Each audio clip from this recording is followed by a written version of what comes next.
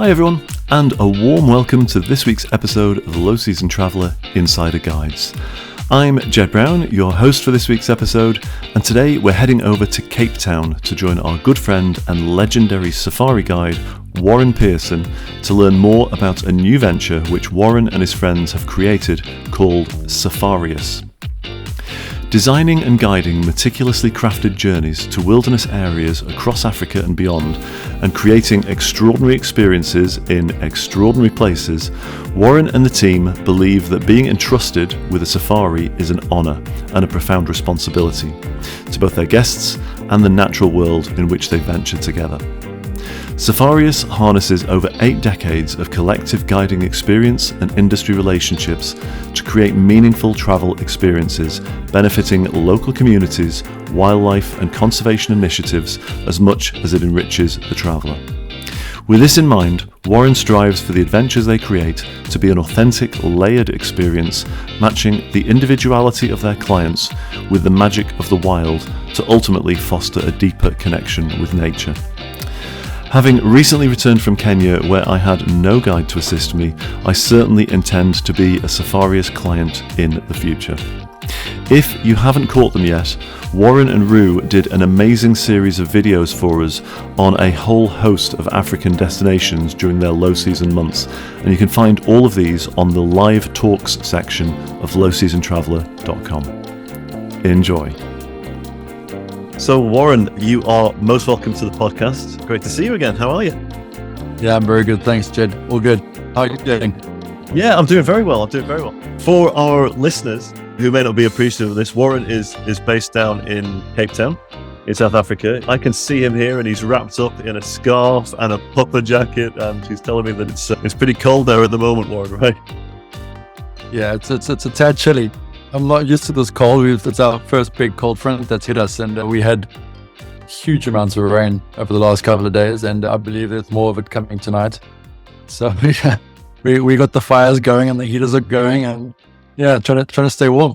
Listen, man, you have my full sympathy. I'm here in my short sleeves, and it's one of those rare occasions where it's sunny in Manchester. So no complaints, but yeah.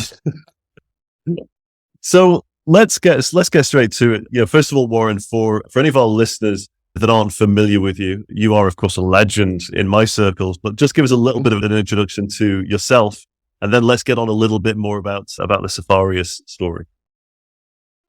Thanks, Jed. Yeah. Where do I start? I've been in the industry for over 20 years. That's guiding safaris, leading safaris all over Africa, over the continent. Starting to venture outside of Africa now, which is quite exciting. There's a few trips coming up this year, which I'm heading outside of the continent.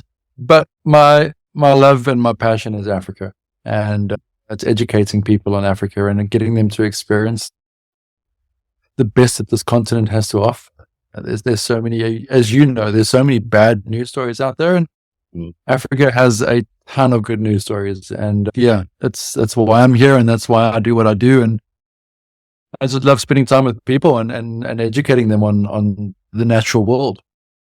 And, you do it brilliantly. But one of the things, for our listeners that might not be aware, so obviously you're a wildlife guide.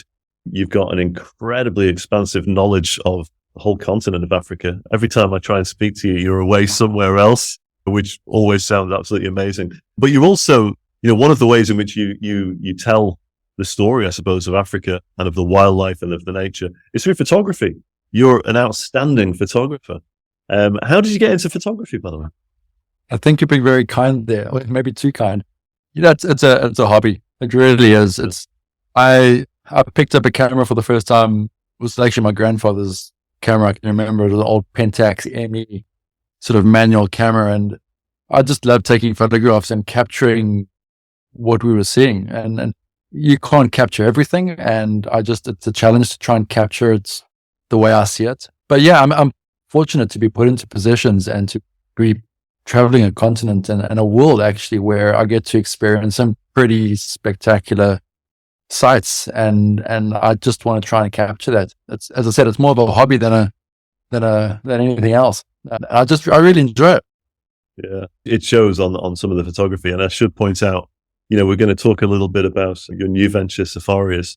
But the photography on your website, the images there, that's just outstanding, and it draws you in. I've always been a fan rather of really good travel photography, because it draws you in and it intrigues you, and that's what I saw on the Safarious website, which is absolutely beautiful. Tell us then. Let's get straight into Safarious. Tell us a little bit about the Safarious story. This is all very new for you still. Yeah, I mean, we have literally just done a hard launch, probably about a week ago. So this is brand new, and I think you're one of the first that I'll be talking to about it. To be honest, it's our honor. But it's gone out into the industry, and it's gone out to clients of ours. But ultimately, what it is at the end of the day, Jed, is there's 3 friends, colleagues that have come together. We highly respect each other. We are own individual brands. We work independently, yet at the same time, we work together in a sense of coming together, pulling our resources, our intellectual IP that we have, our networks, our contacts, and just making it better ultimately for the traveler coming to Africa. We all 3 of us are, for better use of a word, a private guide. We privately guide safaris all over Africa, and we all focus very heavily, and we like to focus on the conservation side of things. We support a lot of conservation initiatives in Africa and work with them. And one of the aspects about Safarious, I think, which is very unique, I'm careful saying this because I don't know of any other company or sort of hub that does this, is that 2% of our turnover we are putting towards a conservation organization, charity, towards the end of the year.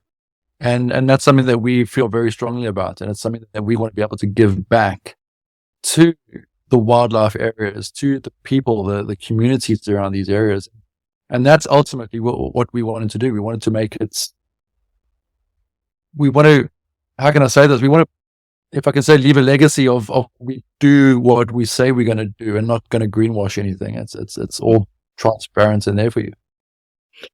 When we talk about conservation, and again, we've spoken about this before on previous podcasts, but there'll be a lot of listeners on the Climate Friendly Travel podcast that might not be familiar with the conservation challenges.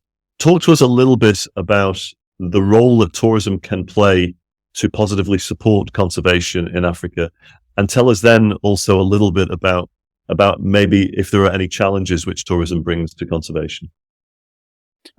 Yeah, it is a double-edged sword, I think, at the end of the day, and I think you got to be very careful, and it's got to be managed very carefully how it gets done. The advantages of tourism and conservation is obviously alerting people to get to know areas that they had no idea about, to get to see areas, and that's a big thing for me. Is and I've said this to you in the past, I think, is don't just give money to a conservation organization you don't know where it's going to. Come to that area, come put your feet on the ground, go and speak, see the people, see the initiatives in place. That means a whole lot more, and it's not just community based, it's wildlife based. It's so for me, it's opening people's minds and their eyes to what is actually needed and what is out there, and a lot of these places in Africa they rely solely on tourism. To keep the wild spaces. They wouldn't be there unless tourists went and visited. So that is the one thing which you've got to try and push for as hard as you can to keep these places open, to get the tourists there. But in the same breath, you've got to be very careful about the over tourism side of things. And you don't want to take away the culture. You don't want to take away any of that. So this is where now you draw that fine line about, I want someone to go and see this particular tribe, for example, but this particular tribe is still living the way they lived 500 years ago. Yet, if I bring huge amounts of people in to see them, you slowly might get that change happening towards, oh, hang on, what do you got there? It's a phone. Oh, hang on, can I cap? Can I get a shirt? And next minute, you go there and they're all looking very westernized. So it is a double-edged sword, and you got to be very careful how it's managed. And I think that's what we try and do, is to try and sort of say, okay, let's guide you in the right direction. Let's explain to you. We, between the 3 of us in Safarious, we've got just over 80 years of experience amongst the three of us that we can pull on and we can use. And the knowledge is there. We're hoping people will look at us and go, okay, they do know what they're talking about. They've got the experience. We've got the contacts. Let's listen to them and let's put our money where, it can be used properly. Yeah.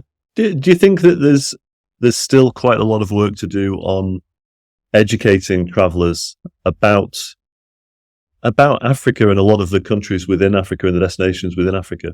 And do you find that a lot of travelers, when they first travel to Africa, they're very well intentioned, but they don't necessarily have enough knowledge to know how to do the right thing? And maybe that's where, Safarious comes in.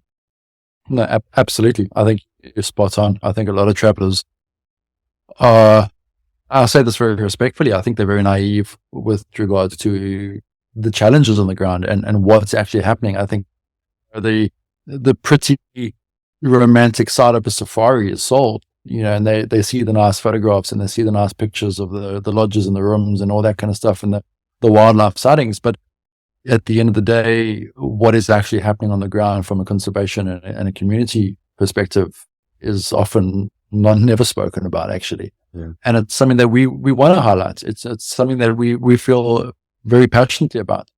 It's wildlife areas are only going to survive if the communities are pulled into it and they are looked after as well.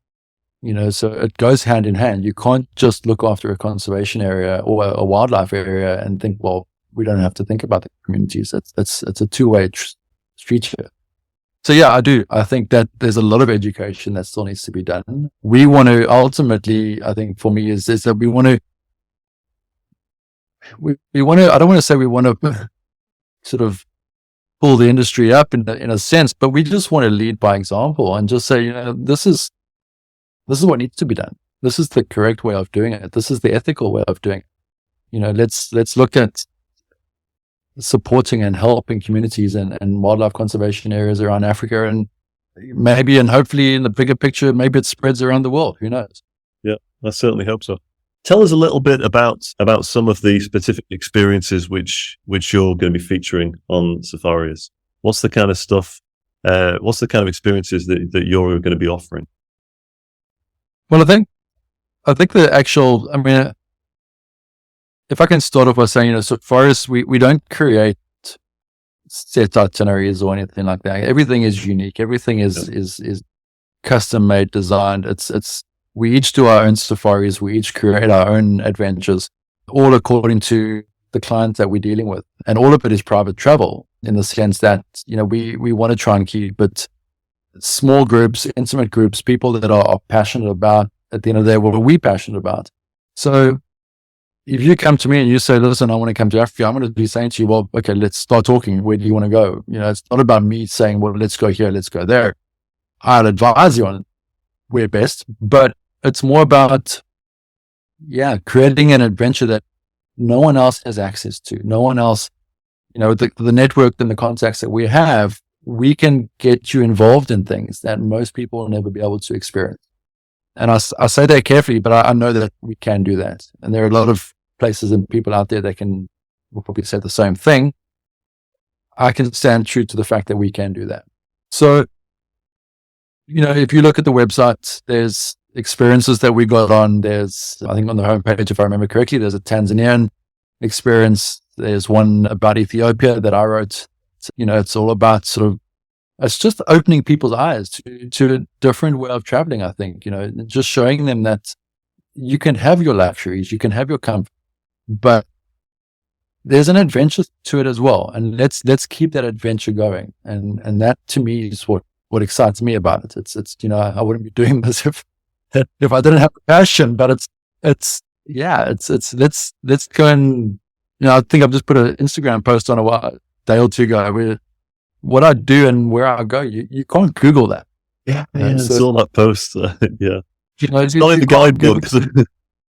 You can't Google what we do. Excuse me. You can't Google. So it's more about, it's custom, it's put together. It's exciting. It's great as well. I think, I've been following you for a few years now and following your adventures and your travels. And it's opened my eyes a huge amount. We've done a number of podcasts and videos, and I've just learned so much about so many African destinations that I knew nothing about before.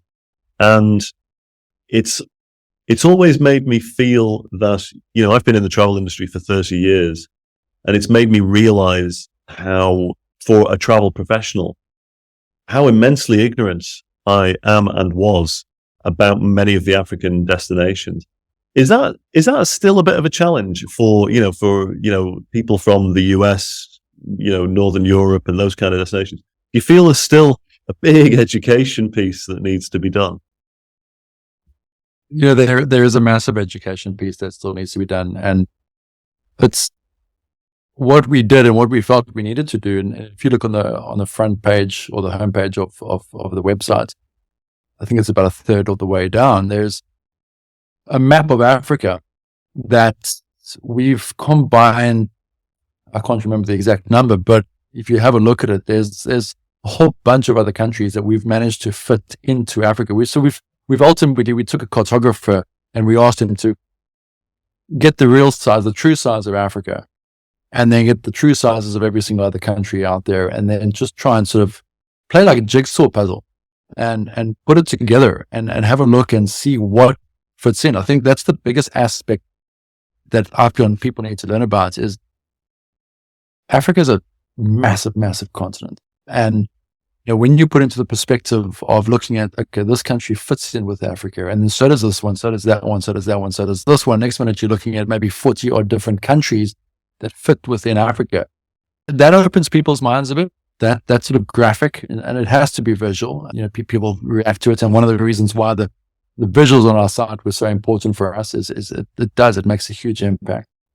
But people need to, I think people don't understand that, and they come in here a little bit ignorant in the sense that, oh, hang on, it's easy to get from Cape Town to Chad, for example, but there's a lot that goes on with that. And yeah, I think there's always going to be education needed. I think that's why we do what we do. It's everyone is educated, and we get educated every day. I learn something new every day, and that's what I love what we do. I'm really curious. I try and find out everything I can about everything, and that's the fun part of what we do. And that's what I love educating people about is showing them about Africa and teaching them about what Africa is not in their eyes. To them, they grew up in a world where Africa was this deep, dark, dangerous continent. And it's a very special place at the end of the day. Yeah, it certainly is. The map that you're referring to, with your permission, I was going to share out an image of that later. And obviously, with absolute full credit and links to Safarious. It's a brilliant, brilliant map. And again, I would urge all of our listeners, have a look at it on Safarious.com, because, it's true, in the writing next to it, you've quite correctly pointed out that most maps that we're used to seeing of the world, they massively distort, well, the whole world actually, but certainly Africa. And when you look at that map and you see that, Canada fits in, West Africa, and then you've also got the United States in there. You've got India. You've got some of the largest countries in the world. They all fit in comfortably with room left over. And even when you look at Madagascar, I think that was the size of Norway, along with a couple of other countries as well. It's a brilliant map. I mean, I love maps. I'm in the travel business. I'm fascinated by maps, but I've always been fascinated by how they're distorted. And, it's only when you actually have a globe in front of you that you start to get a little bit more of a picture of it. Exactly. Yeah. I think you're referring to Madagascar. There's Sweden, Netherlands, and Belgium. Yeah. It's amazing. It's just, like I say, you don't get the true sense of the size of the African continent on any two-dimensional map that we see. And I think that's it's just a really interesting piece to look at. And again, for all of our listeners to have a look at that, that through following you. And again, I would urge everybody, we'll put the links on the show notes to follow your adventures, Warren, because it's fascinating. It's seen me through some really dark winter days following travels in Ethiopia to the Omo Valley. And you're bringing me and the audience to places that, we never knew existed. And you get a sense of awe and intrigue through following your posts. And I just, I learned so much. You also did a lot of travel in the DRC, where, we spoke about this before, about the mountain gorillas, which are over there. Is it the impenetrable forest? Is that the area where the gorillas? So Bundi is in Uganda. Bundi impenetrable forest. Uganda. Yeah. So the DRC, that side of it would be Virunga National Park. Virunga, that's it. Because you of course recommended the Netflix. Oh, you got it behind you. All right, I should have seen that. For our listeners' point of view, right behind Warren is a massive poster of Virunga. But that was something that opened my eyes to, first of all, I didn't know that there was mountain gorillas, but then you were also you've spoken in the past at great length about the challenge of conservation in places like Virunga. And I just wanted you to share just a little bit of that with our listeners today, if you could, about what the challenges are in places like Virunga. It's specifically speaking about Virunga, and it's a little bit sad that you raise it right now. Sadly, earlier this week, 2 rangers were killed in a shootout in Virunga this week, protecting the park by some militia there's a lot of militia that's hanging around that area. But ultimately, Virunga National Park is one of the oldest national parks in Africa. I think it was 1926 that it was proclaimed. And it is probably one of the most diverse national parks in Africa. It's incredible, from the volcanoes in the south and the gorillas up to the sort of central area where you have these massive lakes and grasslands, into the northern areas where you got, once again, massive lakes and huge mountains heading into the Rwenzoris. It's just a spectacular area. But sadly, underneath that ground, it's so rich in minerals. And it's this constant fight around the world, I think, where profit sort of trumps conservation and wildlife, and companies trying to get in there and mine and, get these minerals out. And sadly, there's the history of that area goes a long way back, because you've got to look way back into the colonial areas, and then sort of coming closer to us right now is the 94 genocide in Rwanda, when a lot of people got pushed over into that eastern part of the DRC. So it's been turmoil for a very, very long time, and huge amounts of these militias were created around that area, that eastern DRC, and they found out what was underneath their feet. And then they found out that there were a lot of sort of mining, prospecting, exploration companies around the world that was promising millions, if not billions, of dollars to them if they could come and mine. So quickest and easiest way, well, let's get rid of the wildlife. If tourists are coming, well, let's hamper the tourists. So let's abduct or kill or do whatever we can just to try and stop tourism from coming, and therefore we can get rid of the animals, and therefore we can mine. So Virunga is up against huge amounts, and it's the staff there, the rangers, the park manager, Emmanuel. I mean, what they do every single day, it just boggles my mind. They're up against this every day, and they don't get much help from the government. They get a lot of help from donors around the world, and that's how they survive, is on donorships.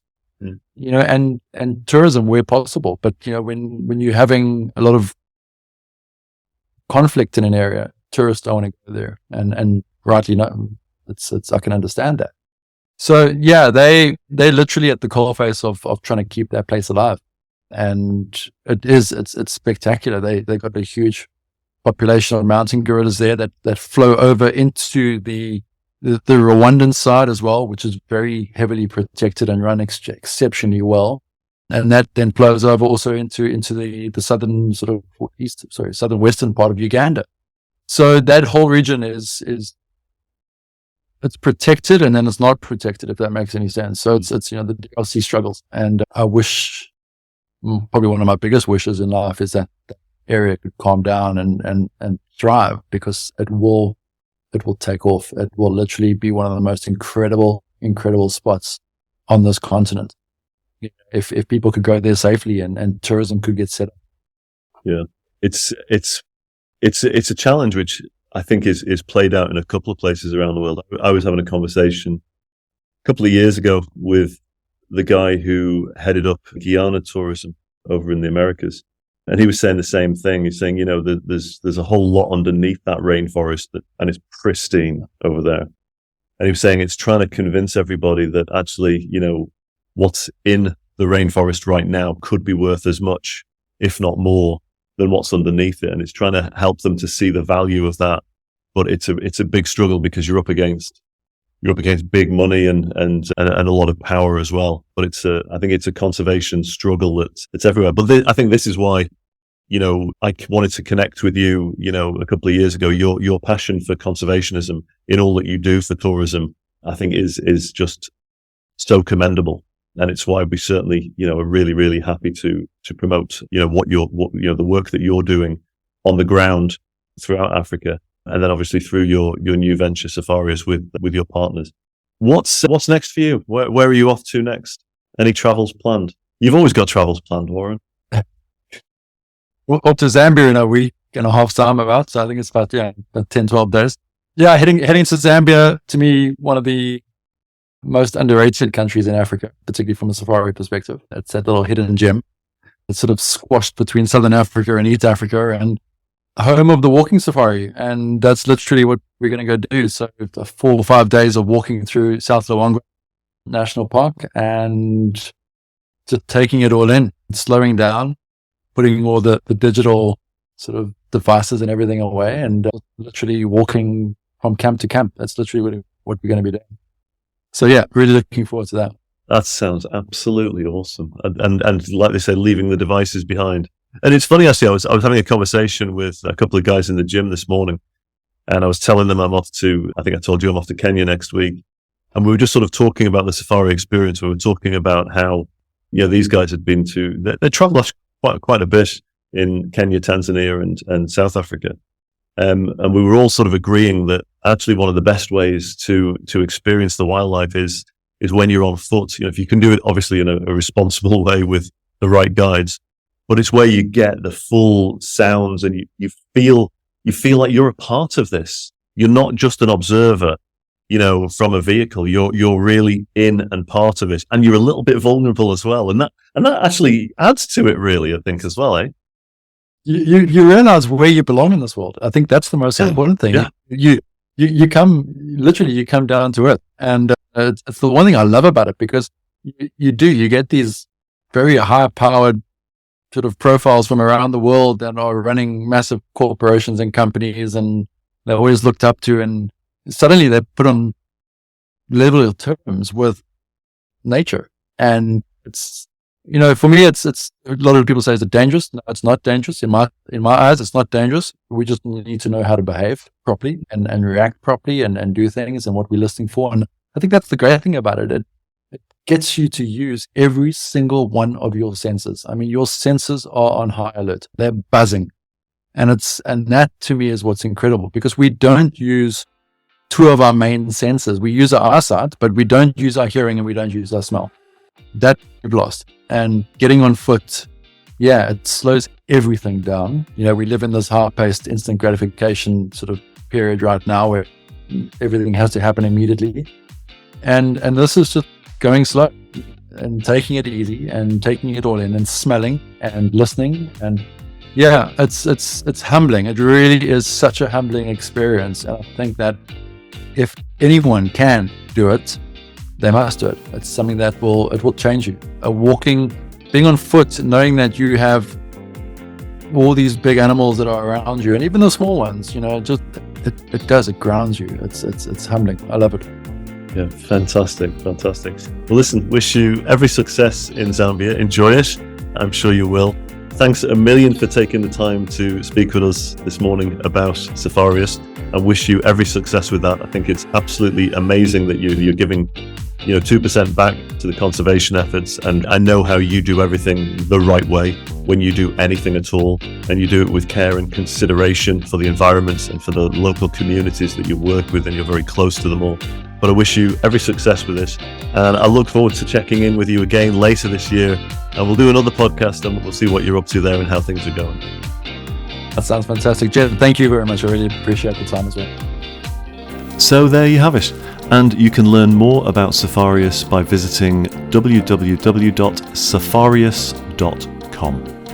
If you're considering a safari in Africa anytime soon, you should absolutely reach out to Warren, as he is genuinely one of the most knowledgeable people I know, and he is super passionate about the low season experience in Africa too. But that's our show for this week. Thanks, as always, for your company. And if you enjoyed this podcast, please do leave us a positive rating and review on your podcast app. And also don't forget to follow us on Facebook, Instagram, and LinkedIn to be the first to hear our latest low season stories, articles, and guides. For now, have a great week wherever you are, and remember that travel is always better and fairer for the planet, the local communities, and you, the travellers, when it's without the crowds.